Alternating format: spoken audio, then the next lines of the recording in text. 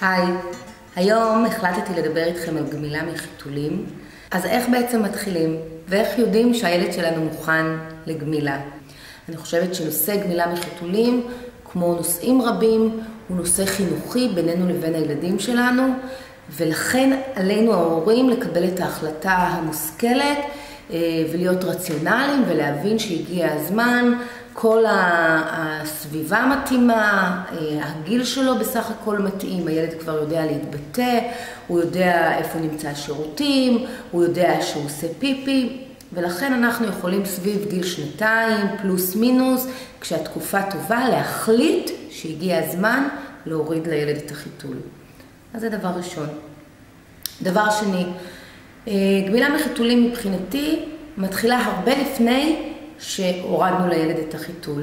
ההמלצה שלי היא כבר מגיל ינקות, שאנחנו מחליפים לילד על השידת החתלה את החיתול, להשתמש במושגים האלה, להגיד לו, כשבורח ככה, איך שפותחים את החיתול הרבה פעמים יוצא לילד פיפי, אז כבר אפשר להשתמש במילים האלה, להגיד, אני רואה שיצא לך פיפי, יש לך פיפי, ממש להשתמש בזה, לא כל הזמן, אבל כל פעם שזה ככה מוחשי, אפשר להשתמש בזה, בטח ובטח שהילד קצת גדל. אז באמת מומלץ כבר בגיל שנה וקצת, להתחיל להושיב לפני המקלחת את הילדים על האסלה, שזה יהיה איזשהו תהליך טבעי.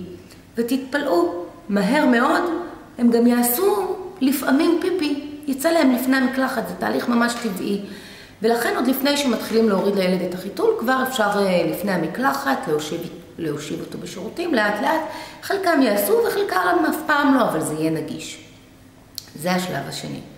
השלב השלישי, ברגע שהחלטנו שאנחנו מוכנים להוריד לילד את החיתול, בגיל שהוא סביר והגיוני, אנחנו ניגשים לעשות שיחה עם הגננת. שיתוף הפעולה בינינו לבין הגננת הוא מאוד משמעותי. ויחד עם זאת עלינו להבין שהאחריות לגמילה של הילד מהחיתולים היא שלנו ההורים, לא של הגננת. כשהגננת תראה שבאמת אתם מאוד בעניין ואתם מביאים את הילד לגן כבר בלי חיתול ואתם אף פעם לא מוציאים אותו עם חיתול מהגן, אז אני מבטיחה לכם שגם הם יתגייסו וישתפו אתכם פעולה. אז שיחה עם הגננת. הדבר הבא זה שיחה עם הילד. לגשת לילד, לומר לו שאנחנו סומכות עליו, סומכים עליו. אנחנו יודעים שהוא כבר גדול ובוגר, ואנחנו נעזור לו להיגמל מהחיתולים.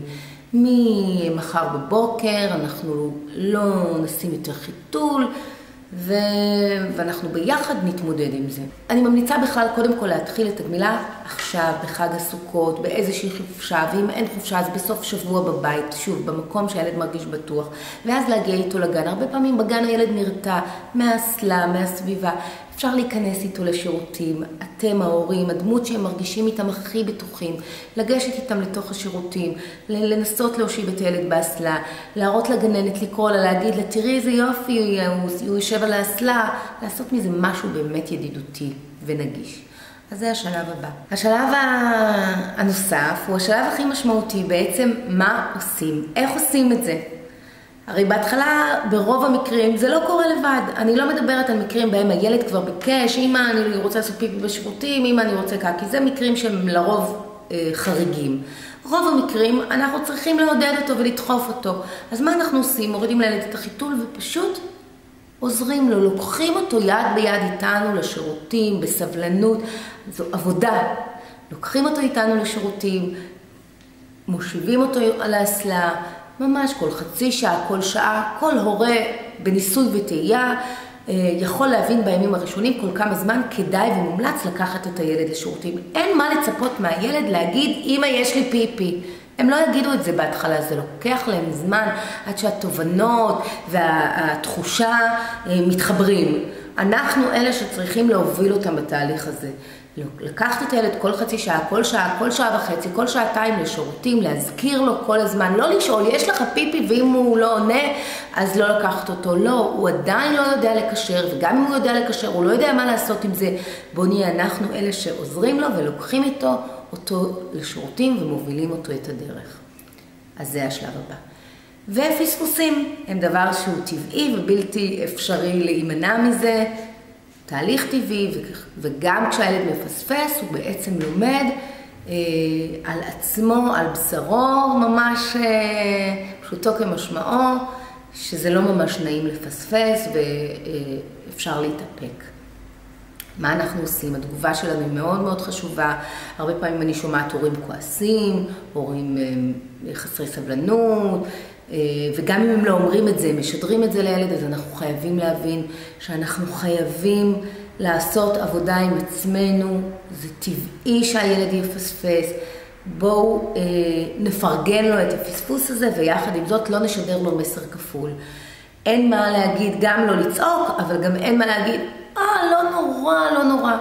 זה לא שזה לא נורא, אבל אפשר כן להגיד, חבל, בפעם הבאה אנחנו נלך לשירותים. לא לעשות מזה עניין, לא להתייחס לזה, ממש להיות כמו איזה, כאילו לקחת את זה כאילו זה איזושהי משימה טכנית. כשהילד מפספס, לגשת אליו ולהגיד לו, חבל, אני רואה שברח לך, אני מאמינה שבפעם הבאה, אני סומכת עליך שבפעם הבאה אנחנו נלך ביחד לשירותים.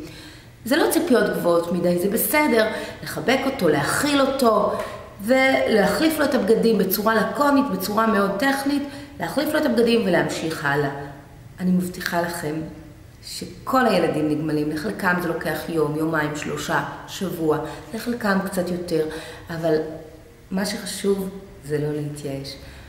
כולם נגמלים, וברגע שאנחנו החלטיים, מכילים, ויחד עם זאת מאוד ברורים ומכוונים, וצועדים עם הילד יד ביד בתהליך הזה, הדבר יקרה הרבה יותר מהר ממה שאנחנו חושבים. אם יש לכם שאלות נוספות, אתם כמובן מוזמנים, יותר ממוזמנים לשאול, ובשבוע הבא אני אראה לכם ממש תהליך שאני עוברת בימים האלה עם 2 הילדים הצעירים שלי, שזה גמילה בלילה. אז עד לפעם הבאה, בהצלחה.